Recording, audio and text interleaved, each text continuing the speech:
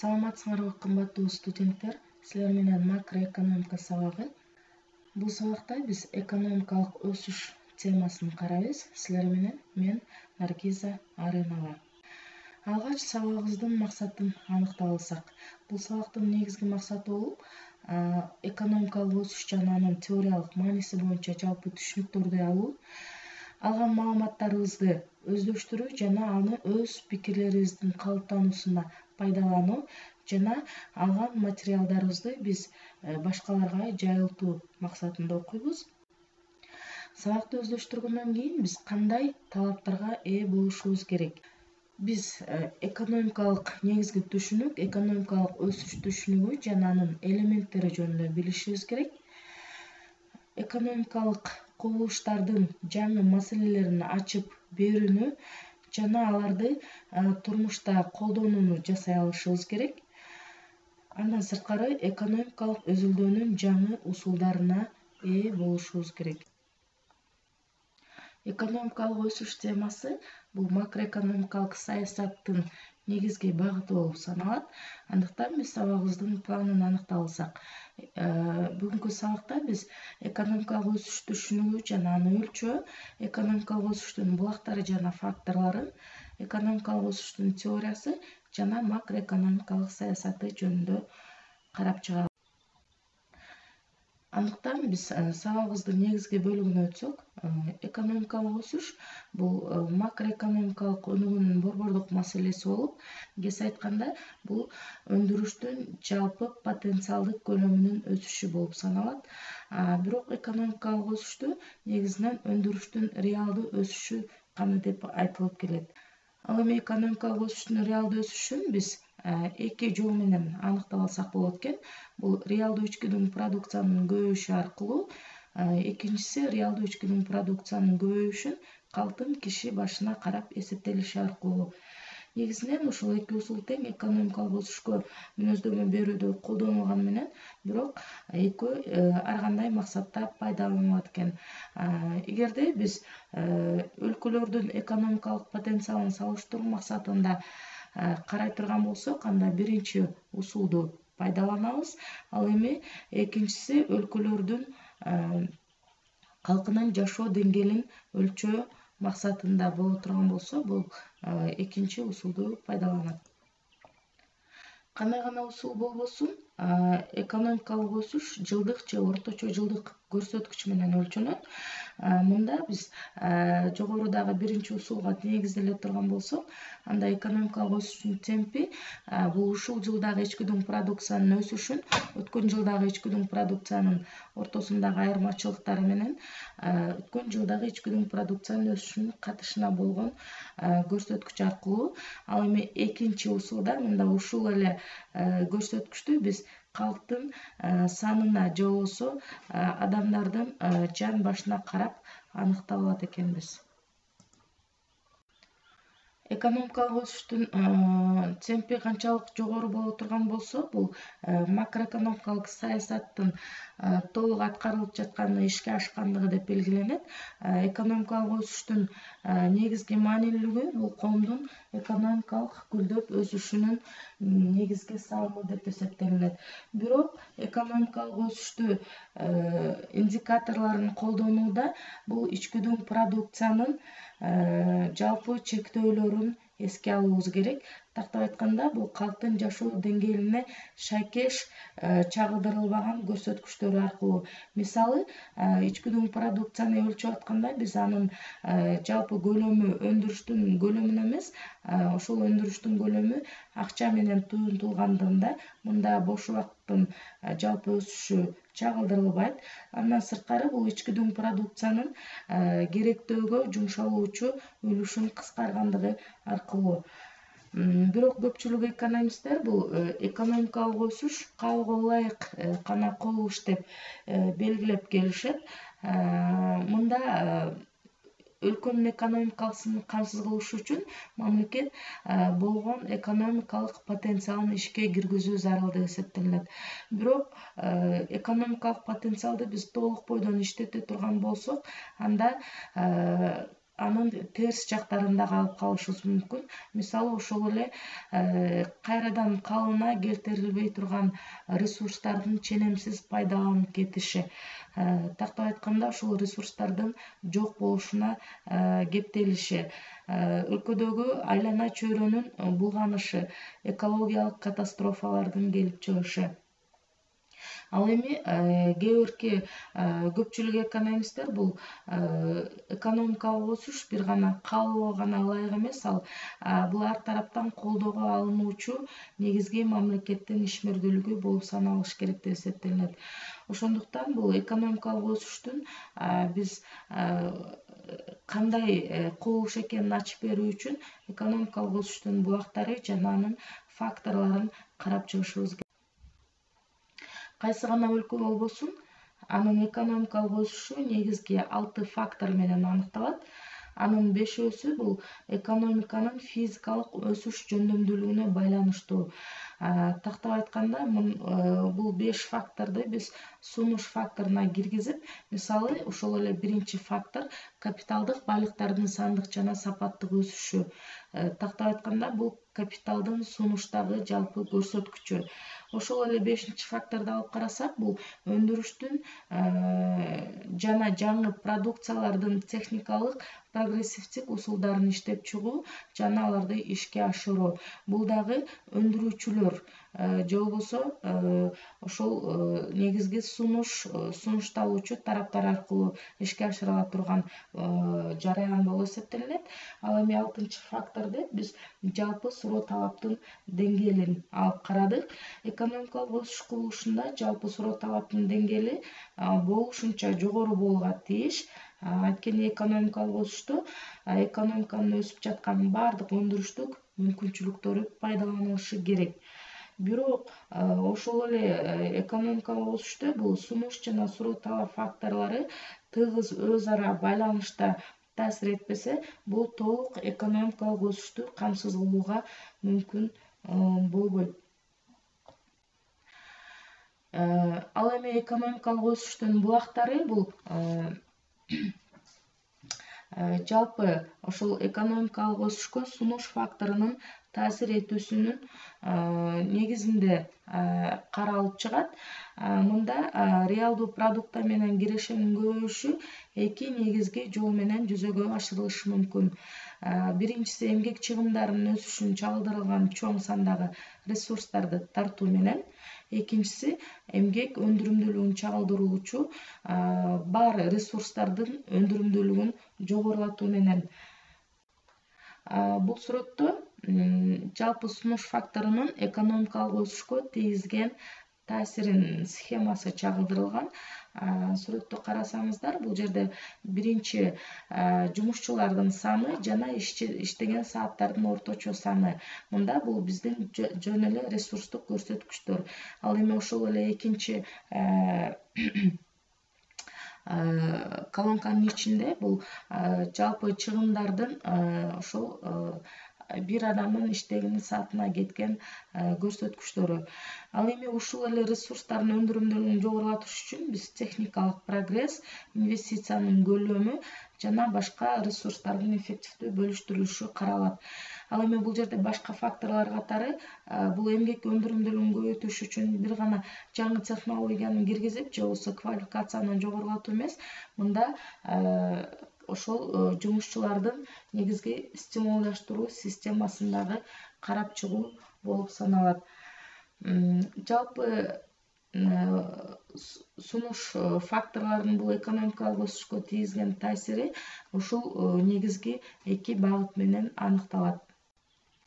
Эгерде экономикалык өсүштүн булагы катары көп сандаган ресурстарды тартуу болуп турган болсо, анда экономикалык өсүштүн бул түрүн биз экономикалык өсүштүн экстенсивдүү тиби деп аталат.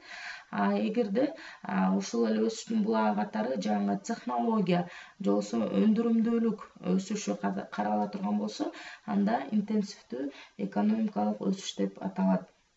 Азыркы заманбап талаптарды алып карай турган болсок, бул экономикалык өсүштүн негизги буга катары интенсивдүү экономикалык өсүштүн экендигин баса белгилеп айтсак болот. Муну биз өнүккөн өлкөлөрдүн тажрыйбасына таянып карасак болот. Көптөгөн өнүккөн өлкөлөр бул негизинен жаңы технологияларды, жаңы илимий техникалык прогрессти киргизүү менен бул көрсөткүчтүн жогорку көлөмүнө көрсөткүчтү алып келишүүдө. Эми биз силер менен экономикалык өсүштүн теориясын карап чыксак.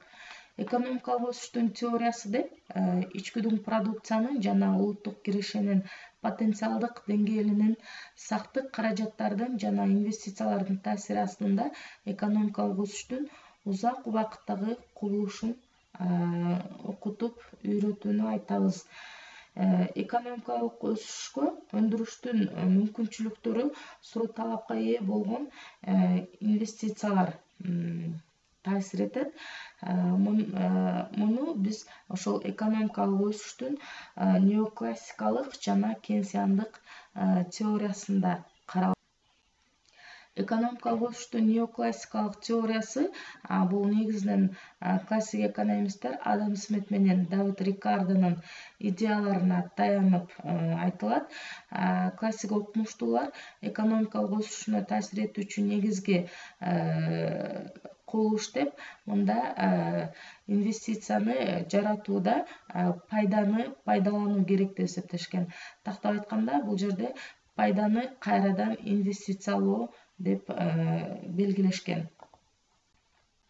Неоклассиктер бул Кобба Дугластын өндүрүштүк функциясын пайдаланып, капитал менен эмгектин биргелешкен өзгөрүүсүнүн өндүрүмдүүлүгүн маржиналдык өндүрүмдүүлүк теориясына шайкеш деп чагылдырышкан.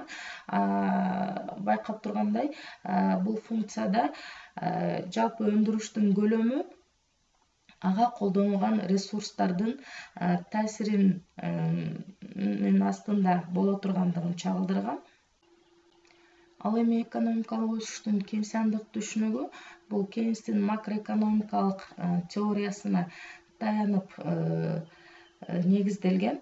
Кейнстин жолун жолдоочулар Домар менен Харрод жалпы суроо талаптын кейнсиандык талдоосуна негизделишип, экономикалык өсүштүн моделин түзүп чыгышкан. Домардын модели бул жалпы суроо талаптын кеңейишинде өлкөнүн экономикалык өсүшүн же болбосо өндүрүштүк кубаттуулуктун көбөйүшүндө инвестициялардын кош ролун изилдеп чыккан.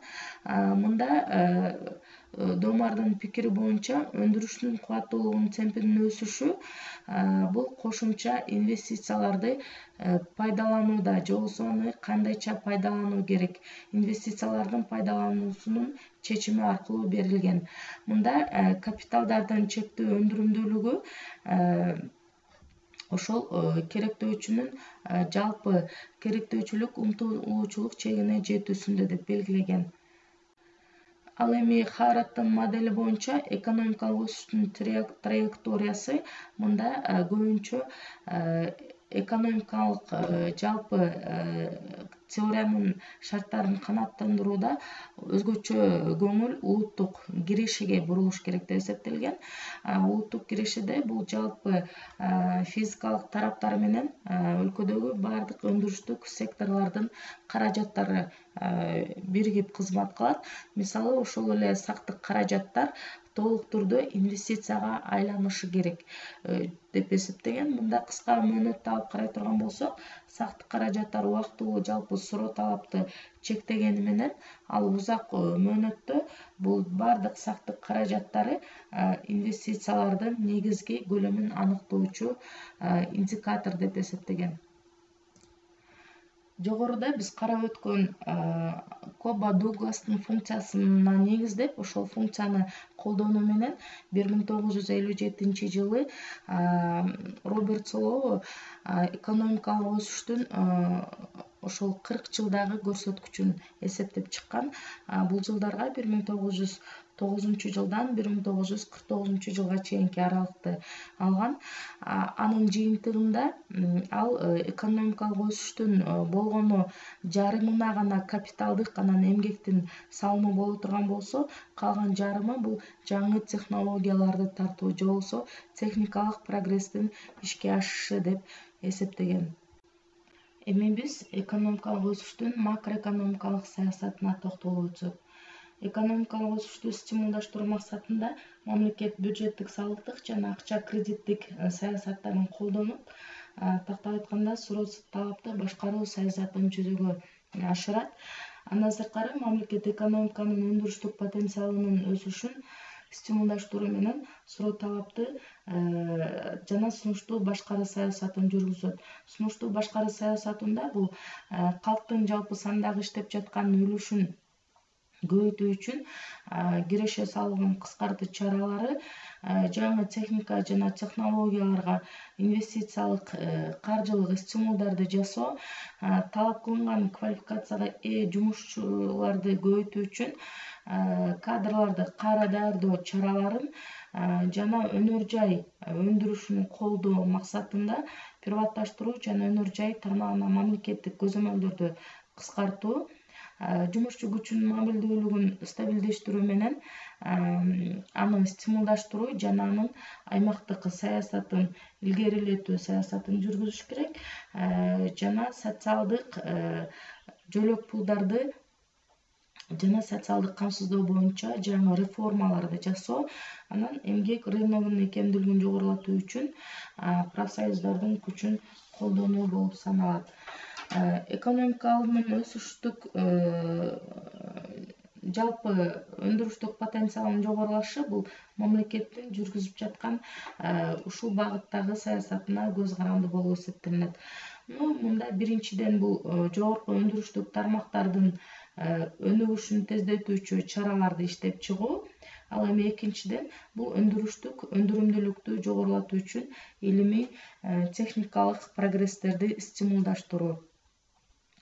Урматтуу студенттер, ушул менен биздин негизги тема боюнча жалпы материалдар соңуна чыкты.